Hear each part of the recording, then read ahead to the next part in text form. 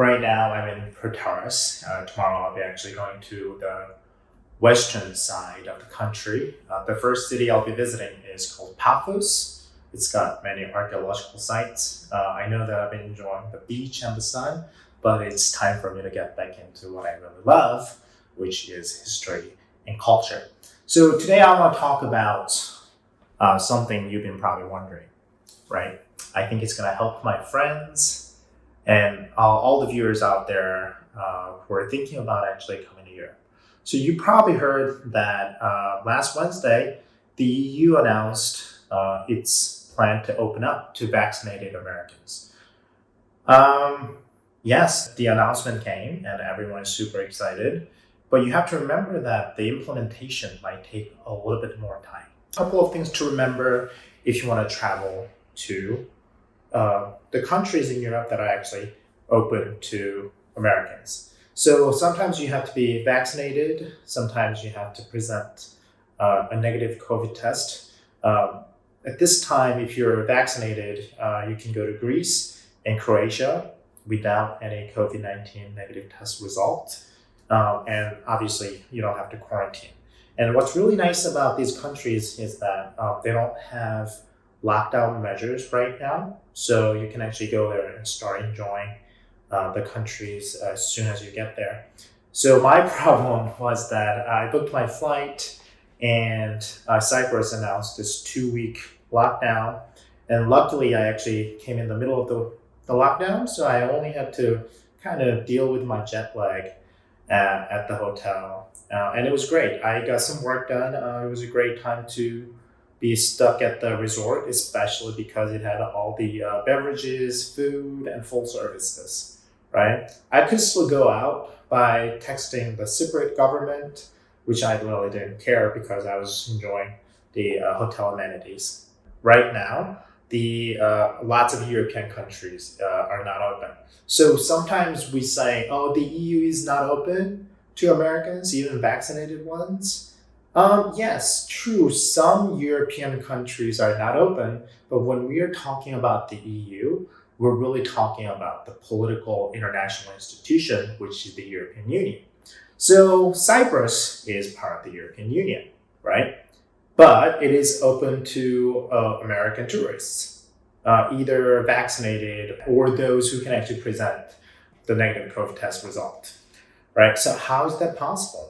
Well, first of all, so Cyprus is an independent country. It used to be a British colony until 1960, but it can make its own immigration policy. But also you have to remember that Cyprus is not a member of the Schengen Agreement. What is the Schengen Agreement and why is it important to you? All right, so the Schengen Agreement is basically a group of countries that allow passport-free travel between their borders, right? So it simplifies the process. You don't really need a passport if you're a member of the Schengen state. You can just present your national ID to fly, right? So Schengen Agreement or the Schengen Zone is considered a domestic territory, at least from the eyes of its member states. Again, Schengen states are not necessarily the members of the European Union, right? So let's think about some examples here. So Norway and Iceland are members of the Schengen Agreement, but they're not members of the European Union. So that means that if you're actually flying from the Netherlands to Norway or Iceland, there is no immigration check, which simplifies the customs and immigration process. But here is the complication for you. Right? Because the Schengen Zone is considered a domestic territory, when you are transiting through Frankfurt to another Schengen state, then you run into a problem at this moment because not all European countries have opened up. Why is that? Because Germany actually considers transit flight from Frankfurt to another Schengen state as a domestic entry, meaning that you have to go through the immigration and customs, and Germany at this point doesn't allow American tourists to enter, unless you have some exceptions or you're long-term residents, right? So we're not talking about those exceptions because you just want to come here for your summer vacation, right? So the best way to avoid this complication is one, actually fly directly from the US to your favorite European destinations. So I know that flights just resume COVID tested flights resumed between Italy and the US, and both United and Delta announced their plans to fly directly to Croatia. But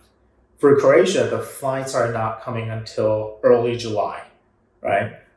So you might have to transit through probably mostly Germany because Lufthansa probably has the most extensive connecting network in Europe.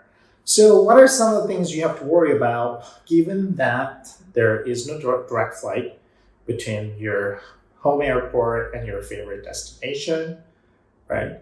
And that Germany hasn't fully opened up to Americans.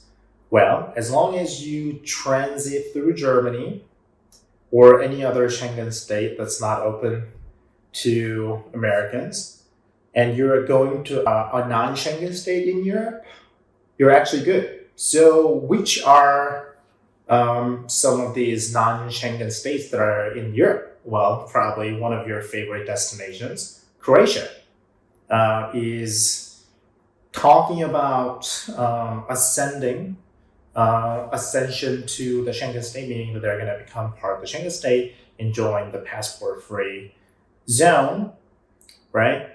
And Cyprus is not a Schengen state either, right? Is Greece a Schengen state? Yes, it is. This is why it's really complicated to go through Germany to come to Greece. So although Greece has opened up unilaterally to Americans, getting there is a little bit difficult. I know that France has opened up to Americans right now, and Iceland has been open. So using Iceland might be a great way to fly to other destinations because the Icelandic Air actually flies pretty much everywhere in Europe, right? So first of all, if it's not a Schengen state, the choice is easy. You just have to go through Frankfurt or any other transit points because your entire travel will be considered international, right? Now, the complicated part here is that if you want to fly to a Schengen state as your final destination, you have to choose your transit point really carefully. And if there are direct flights, go for it. Even if it's a little bit expensive, it's probably going to save you all the hassle, right? But if that final leg is Schengen to Schengen, you might want to look into some of the regulations. So for instance, because Iceland is open to Americans, you can probably fly from Reykjavik to Italy if there's a flight, right? And it shouldn't be a problem, right? But from Frankfurt to Greece, you can't fly at the moment. Lufthansa specifically says that you have to rewrite your travel if you are traveling to another Schengen state from Germany, right?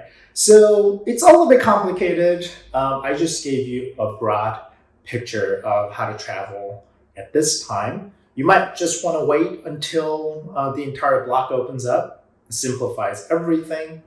Another great way to plan your travel is check with your airlines, right? They're going to give you some specific information about whether transit is possible.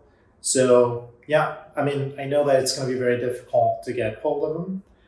My flights back to the States have changed multiple times, and I think I spent probably over 8 hours, a total of 8 hours on the phone. I mean, I was doing other stuff while I was in hold.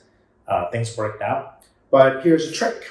So I'm flying from Heraklion. It's in Crete, which is a Greek territory, to Frankfurt, and then from Frankfurt to Denver. So as you can see, I haven't really talked about the return trip, right? So Germany might be like, you can't come from a Schengen state because there is no immigration check. right? And airlines can be fined up to, I have no idea in Germany, but I think I heard something like $60,000 as a fine if they fly passengers who are not qualified to enter Germany. So that also qualifies for Schengen to Schengen route. I haven't really checked with my airlines yet because I think I have some time until the entire block opens up. So I'll just reassess my situation. But right now, I'm going through a Schengen state to get back to the US. Now, they might allow it, but they might just have someone else escort me through the airport just to make sure that I don't get out of the airport. As again, the Schengen to Schengen is considered a domestic flight, so there is no immigration check. This is something I really don't know because I haven't tried it, but my guess is that they're not gonna let me fly if the entire block is not open by then. Right, so here's just a very broad overview of how to travel right now until you have more direct flights and the entire Schengen zone opens up. Obviously, the best way to plan your travel is to check with your airlines and make sure that you can actually fly without any problem. Sometimes they don't know about these rules, so another thing I do is I check with the US embassy sites, and mostly because my flights are actually through Frankfurt or Munich, I do check with Lufthansa regulations. Even though I may not be flying with Lufthansa, it's nice to have that information directly provided by one of the major airlines in Germany. All right, thank you, and I'm hoping that I can answer more questions, but this is all I could squeeze into. All right, thank you.